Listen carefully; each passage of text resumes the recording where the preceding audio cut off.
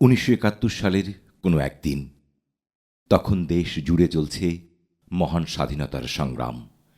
এই উত্তাল সময়ে একজনের লেখা একটি কবিতা নিয়ে তোলপাড় শুরু হয় রংপুরে পাকিস্তান হানাদার বাহিনীর মধ্যে। ধরে আনার নির্দেশ দেয়া হয়, কিন্তু সেই কবিকে পাওয়া যায় না। একসময় হানাদার বাহিনী খবর পায় সেই কবি গাইবান্ধার নিভৃত পল্লীর একটা বাড়িতে আত্মগোপন করে আছেন। পাকিস্তানি বাহিনী অভিযান চালায় সেই বাড়িতে।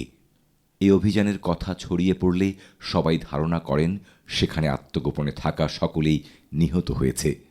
সে সময় কিছু ভারতীয় পত্রিকায় শহীদ বুদ্ধিজীবীর তালিকায় ছাপা হয় সেই বাড়িতে আত্মগোপনে থাকা কলেজ শিক্ষক মুহাম্মদ রেজাউল হকের নাম। না, তিনি মারা যাননি, যেন অলৌকিকভাবে প্রাণে বেঁচে যান। বেঁচে যাওয়া জীবন নিয়ে একজন আলোকিত মানুষ হয়ে আজীবন তিনি আমাদের শিক্ষা, সাহিত্য, সংস্কৃতি এবং সমাজে নিজেকে উজাড় করে দিয়ে গেছেন। সেই কবি আর কেউ নন, তিনি আমাদের সকলের শ্রদ্ধাভাজন সম্প্রতি প্রয়াত professor doctor Mohammad Rezaul Haque sir. ১৯৩৪ খ্রিস্টাব্দের ১৮ই ফেব্রুয়ারি কুড়িগ্রামের চিলমারির ঐতিহ্যবাহী মিয়াবাড়িতে তাঁর জন্ম। স্যারের বাবা আলতাফুল হক তখনকার আমলে কলকাতার ক্যাম্পবেল মেডিকেল স্কুলে পড়েছিলেন। সেখানে পড়ার সময় তিনি অসহযোগ আন্দোলনে যোগ দেন। আন্দোলন স্থিমিত হবার পর তিনি ন্যাশনাল মেডিকেল স্কুলে বাকি পড়াশোনা শেষ করতে ভর্তি হন। পরবর্তী তিনি চিকিৎসা ও সমাজসেবাকে ব্রত হিসেবে ধরে নিয়ে এসবের সাথে আজীবন জড়িয়েছিলেন। স্যারের মা সেই সময়ের তুলনায় ছিলেন আধুনিক মননের। অন্যান্যদের সাথে তাঁর ঐকান্তিক প্রচেষ্টায় সেই ১৯৫১ খ্রিস্টাব্দে চিলমারির মতো প্রান্তিক ও অনুন্নত জনপদে প্রথম মহিলা সমিতি গঠন করা হয় এবং তিনি ছিলেন সেই সমিতির সভানেত্রী। স্যারের বাবা ও মা সহ অন্যান্যদের নিয়ে তাঁদের পারিবারিক আবহ ছিল আলোকিত। এমন একটা আলোকিত পারিবারিক পরিবেশ থেকে উঠে এসে ডক্টর রেজাউল হক স্যার নিজেও তাঁর কর্মগুণে হয়ে উঠেছেন আরও আলোকিত। স্যাররা ছিলেন ৮ ভাই ১ বোন। কৈশোরে ৩ জন সহ বিভিন্ন সময়ে আরও ৩ ভাই মারা যান। স্যার চলে গেলেন সম্প্রতি। বর্তমানে সর্বকনিষ্ঠ ভাই মোহাম্মদ রেজাউল করিম শুধু বেঁচে আছেন। ডক্টর রেজাউল হক স্যারের জীবনের অনেকটা সময় কেটেছে চিলমারিতেই। তিনি চিলমারি ইংলিশ উচ্চ বিদ্যালয়ে লেখাপড়া করেছিলেন। ১৯৪৮ খ্রিস্টাব্দে ক্লাস 9-এ পড়ার সময় ভাষার দাবিতে কয়েকজন ছাত্র নিয়ে যে মিছিল বের হয়েছিল, তাতে তিনিও ছিলেন। এরপর আসে পরীক্ষা। ১৯৫০ খ্রিস্টাব্দে দৃষ্টান্ত স্থাপন করে ম্যাট্রিকুলেশন সম্পন্ন করেন তিনি। তখনকার দিনে লেটার সহ প্রথম বিভাগে পাশ করা ছিল বিরল ঘটনাই। এরপর চলে আসেন আইএসসি পড়ার জন্য রংপুরের কারমাইকেল কলেজে। রংপুর শহরের সাথে আত্মিকতার শুরু সে থেকেই। এখানে ভর্তির পর বিভিন্ন প্রতিকূলতার মধ্যে পড়েন। এর মধ্যে অস্থিরতা ও শিক্ষক সংকটের কারণে সে সময় পড়াশোনায় বিঘ্ন ঘটে তাঁর। ৫২ ভাষা আন্দোলনের পর পরীক্ষা শুরু হয়। এরপর ভর্তি হন রাজশাহী কলেজের বাংলা বিভাগে। এখান থেকে স্নাতক সম্মানে ২য় শ্রেণীতে ২য় স্থান লাভ করে পরবর্তীতে ঢাকা বিশ্ববিদ্যালয় থেকে স্নাতকোত্তর ডিগ্রি সম্পন্ন করেন। এ সময় তিনি ২য় শ্রেণীতে ৩য় স্থান অর্জন করেন। ১৯৭৭ খ্রিস্টাব্দে তিনি সরকারিভাবে পিএইচডির জন্য মনোনীত হন। গবেষণার কাজটি তিনি ভারতের কলকাতা বিশ্ববিদ্যালয়ে সম্পন্ন করেন। তাঁর পরীক্ষক ছিলেন রংপুরের প্রখ্যাত আইনজীবী অতুল গুপ্তের সুযোগ্য পুত্র রবীন্দ্র ভারতী বিশ্ববিদ্যালয়ের উপাচার্য দেবীপদ ভট্টাচার্য। ডক্টর মোহাম্মদ রেজাউল হক স্যারের বর্ণাঢ্য কর্মজীবন শুরু হয় সিলেট শহরের বেসরকারি মদনমোহন কলেজ থেকে। এরপর ১৯৫৮ খ্রিস্টাব্দের ৩০শে আগস্ট নীলফামারী কলেজের নতুন কর্মস্থলে যোগদান করেন। সরকারি কলেজে তাঁর সুদীর্ঘ পথ চলা শুরু হয় ১৯৬১ খ্রিস্টাব্দের ৮ই আগস্ট ঢাকা বিজ্ঞান কলেজে যোগদানের মধ্য দিয়ে। তিনি ১৯৬৬-র ডিসেম্বর থেকে ৭৭-এর ফেব্রুয়ারি পর্যন্ত পদোন্নতি পেয়ে কারমাইকেল কলেজে ছিলেন। এরপর যশোর ও দিনাজপুরে ছিলেন কিছুদিন। তিনি বিভিন্ন সময় দেশের বিভিন্ন জেলায় বদলি হন এবং সেসব স্থানে তাঁর মেধা, প্রজ্ঞা ও মননের মাধ্যমে কোনো না কোনো অবদান রেখে আসেন। পিএইচডির পর তিনি ফিরে আসেন তাঁর প্রিয় রংপুরে। রংপুর কারমাইকেল কলেজে ৮১ থেকে ৮৪ খ্রিস্টাব্দ পর্যন্ত বাংলা বিভাগের বিভাগীয় প্রধান হিসেবে ছিলেন। এরপর গাইবান্ধা সরকারি কলেজের অধ্যক্ষ হিসেবে যোগদান করেন। তারপর দিনাজপুর সরকারি কলেজের অধ্যক্ষ ছিলেন ১৯৯০ পর্যন্ত। ফিরে আসেন তাঁর প্রিয় কারমাইকেল কলেজে। ২রা এপ্রিল ১৯৯০ থেকে ২৪শে ডিসেম্বর ১৯৯১ খ্রিস্টাব্দ পর্যন্ত অত্যন্ত নিষ্ঠা এবং সুনামের সাথে এখানে অধ্যক্ষের গুরুদায়িত্ব পালন করে তিনি অবসরে যান। তাঁর সময়ে কারমাইকেলে ভাস্কর্যের ভিত্তি স্থাপন, ৭৫ বছর পূর্তি উৎসব পালন, পরিবেশ পরিষদ গঠন, ক্যাম্পাস পোস্টার মুক্ত, যা নির্দিষ্ট বোর্ডে লাগানোর ব্যবস্থা ছিল, এসব করা ছিল উল্লেখযোগ্য কাজের অন্যতম। আলোকিত এই মানুষটা ছিলেন একজন আদর্শ অভিভাবক। অর্ধ শতাব্দীর বেশি কাটিয়েছেন তাঁর জীবনসঙ্গিনী হোসনে আরা হকের সাথে। মিসেস হোসনে আরা হক এখন আজীবনের সঙ্গী। তাঁদের সংসার কাব্যের রূপকারকে হারিয়ে রংপুর শহরের ইঞ্জিনিয়ার পাড়াস্থ নিজ বাসভবনে শোকাতুর দিন কাটাচ্ছেন। এই বাড়িটা দুজনে মিলে তিল তিল করে গুছিয়েছেন। কত অসংখ্য স্মৃতি জড়িয়ে আছে এই বাড়িটা ঘিরে। এইসব তিনি শোক সন্তপ্ত হৃদয়ে ভাবেন আর দীর্ঘশ্বাস ছাড়েন। স্যার ছিলেন একজন আদর্শ পিতা।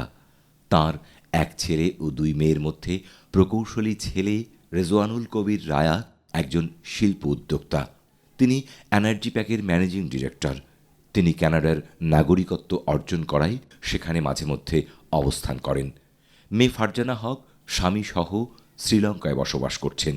ছোট মেয়ে ডাক্তার হাসনা ফাহমিমা হক চিকিৎসা পেশায় ব্যস্ত জীবন কাটাচ্ছেন। তিনি বারডেমের সহকারী অধ্যাপক হিসাবে কর্মরত আছেন।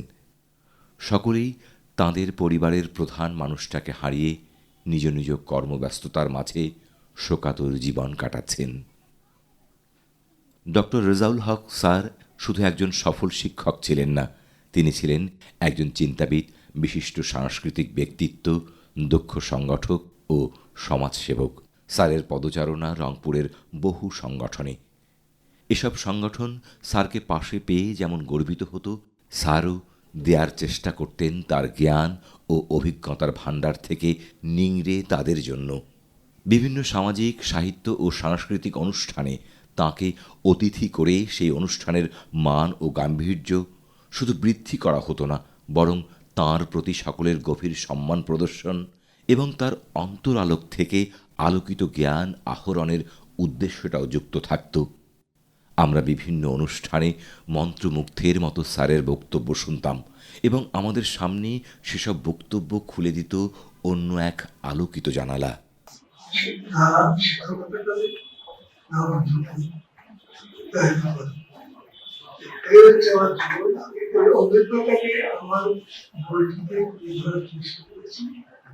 আমার অনেক ছাত্র আমাদের মধ্যে থেরাপি দেখেন।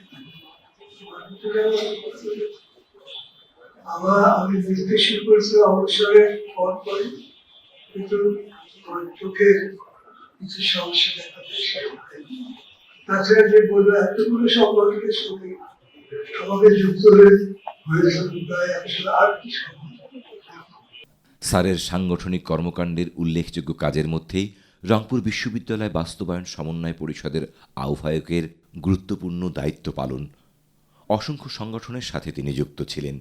তাকে নিয়ে আজ বেদনাময় পরিবেশে দুঃখ ভারাক্রান্ত হৃদয়ে রংপুর ডায়াবেটিক সমিতি থেকে যে স্মরণ সভার আয়োজন করা হয়েছে, এই সংগঠনেও রয়েছে স্যারের গুরুত্বপূর্ণ অবদান, রয়েছে এর কার্যক্রম জোরদার তথা গতিশীল করতে তাঁর বলিষ্ঠ ভূমিকা।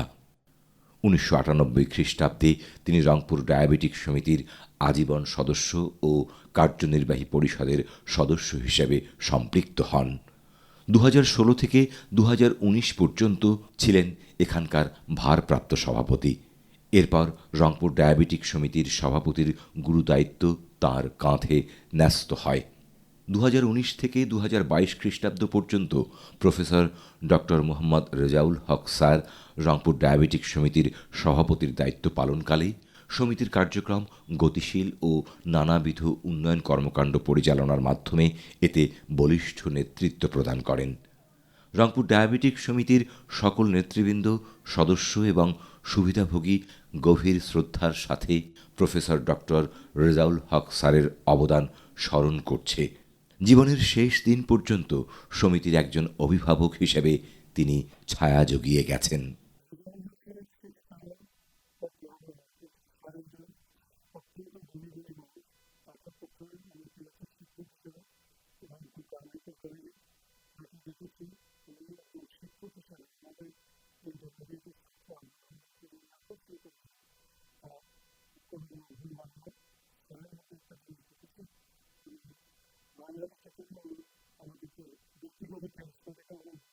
ডক্টর রেজাউল হক স্যার একজন বিশিষ্ট শিক্ষাবিদ, গবেষক, লেখক, কবি এবং সমাজ সংস্কারক। উনি রংপুর নিয়ে ভাবতেন, রংপুরের সাহিত্য অঙ্গন নিয়ে ভাবতেন, রংপুরের মানুষের আর্থসামাজিক উন্নয়ন নিয়ে ভাবতেন। রংপুরের আপামর জনগণ, শিক্ষার্থীরা যেন একজন সুনাগরিক হিসেবে শিক্ষিত হয়, যুবকোজি শিক্ষা পায়, সেটা নিয়ে উনি ভাবতেন এবং কাজ করেছেন। আমার বেশি তার সঙ্গে মেশার সুযোগ হয়েছে ডায়াবেটিক সমিতির মাধ্যমে। উনি চাইতেন যে এই 70% জায়গার উপরে বিশাল একটি জায়গা পড়ে রয়েছে 1998 সাল থেকে, যেখানে একটা আধুনিক ডায়াবেটিস হাসপাতাল হতে পারত, যেখানে রংপুরে অসংখ্য দরিদ্র নিম্নবিত্ত ডায়াবেটিক পেশেন্টরা আধুনিক ডায়াবেটিক চিকিৎসা সেবা পেত, যেটা রংপুর ডায়াবেটিক সমিতি করতে পারেনি। সেটা কিভাবে করা যায়, তার জন্য উনি নিজের মেধা, শ্রম, আর্থিক যা কিছু করার দরকার উনি করেছেন। এছাড়াও তিনি রংপুর পাবলিক লাইব্রেরি পরিচালনা কমিটির আজীবন সদস্য ছিলেন আইন মহাবিদ্যালয় রংপুর ও অবসরপ্রাপ্ত সরকারি কর্মকর্তা ও কর্মচারী কল্যাণ সমিতির সদস্য এবং আরডিআরএস-এর ট্রাস্টি বোর্ডের সদস্য ছিলেন। সম্মিলিত সাংস্কৃতিক জোট রংপুরের সভাপতি তিনি ছিলেন। মুক্তিযুদ্ধের চেতনা ও আদর্শে বিশ্বাসী এবং মুক্ত চিন্তা ও মননের অধিকারী মানুষ এবং সংগঠনের অভিভাবক হয়ে সততা, নিষ্ঠা, একাগ্রতা, সময়ানুবর্তিতা ছিল স্যারের জীবনাদর্শ। স্যার লেখালেখি করতেন, সময় পেলেই তা করার চেষ্টা করতেন। 1989 খ্রিস্টাব্দে বাংলা একাডেমি থেকে তাঁর গবেষণা কাজটি গ্রন্থ আকারে প্রকাশিত হয়। দ্বিতীয় মহাযুদ্ধোত্তর বাংলা উপন্যাস শীর্ষক এই গবেষণা গ্রন্থটি সংশ্লিষ্ট বিষয়ের উপর একটি উল্লেখযোগ্য প্রকাশনা। 1991-এ তাঁর কাব্যগ্রন্থ শোকাতুর সঙ্গত প্রকাশিত হয়। বইটির দ্বিতীয় সংস্করণ 2018 খ্রিস্টাব্দের অমর 21 গ্রন্থমেলায় রংপুরের আইডিয়া প্রকাশন থেকে পুনঃপ্রকাশিত হয়। আমার হাতে তাহার হাত, তোমার হাতে দুব্বা ঘাস, ফুল হয়ে ফুটবে রোদে। ফুল ফুটুক না ফুটুক, আজ বসন্ত বলে কি আসবে ফিরে এই বঙ্গদেশে, এই বাংলায়। 2022 খ্রিস্টাব্দে প্রকাশিত হয় শিক্ষকতার 3 যুগ 1958 থেকে 1991 শীর্ষক আত্মজীবনীমূলক গ্রন্থ। এটি ছিল স্যারের সর্বশেষ প্রকাশিত গ্রন্থ। এছাড়া তার আরও অনেক প্রবন্ধ, নিবন্ধ ও কবিতা বিভিন্ন পত্রপত্রিকায় প্রকাশিত হয়েছে। স্যার ভাবতেন, এই প্রজন্মের জন্য স্যারের সার্বক্ষণিক চিন্তাভাবনা ছিল, চিন্তা ছিল মাটি ও মানুষের জন্য। এই মহান আলোর দ্বীপের কথা এই সংক্ষিপ্ত পরিসরে বলে শেষ করার নয়। আমরা শুধু এইটুকু বলি, স্যার, সারা দেশ জুড়ে আপনি যে আলোর মশাল পরিচর্যা করেছেন তা আজ দেশ ও বিদেশে উজ্জ্বল আলো ছড়াচ্ছে। গত 7ই ফেব্রুয়ারি 2026 তারিখ শনিবার সকালে আমাদের সকলকে শোকের সাগরে ভাসিয়ে পৃথিবীর যাবতীয় মায়া ত্যাগ করে অনন্ত লোকে চিরবিদায় নিলেন এই বরেণ্য ব্যক্তিত্ব। আমরা চিরদিনের জন্য হারালাম আমাদের পরম শ্রদ্ধেয় একজন অভিভাবক। পরদিন রংপুরের বেগম রোকেয়া বিশ্ববিদ্যালয়, Carmichael college, Rangpur cantonment public school ও কলেজ ক্যাম্পাস এবং মাওলানা কেরামত আলী মসজিদ প্রাঙ্গণে প্রয়াত ডক্টর রেজাউল হক স্যারের জানাজার নামাজ শেষে নগরীর মুন্সিপাড়া কবরস্থানে দাফন কার্য সম্পন্ন করা হয়। বিপুল সংখ্যক মানুষ স্যারের শেষ বিদায়ে অংশগ্রহণ করেন। আজ শোকাতুর হৃদয়ে স্যার, আপনার জন্য আমাদের হৃদয় উজাড় করা শ্রদ্ধা। আল্লাহ পাক আপনাকে জান্নাতের সুন্দরতম স্থানটি দান করুন। আমিন।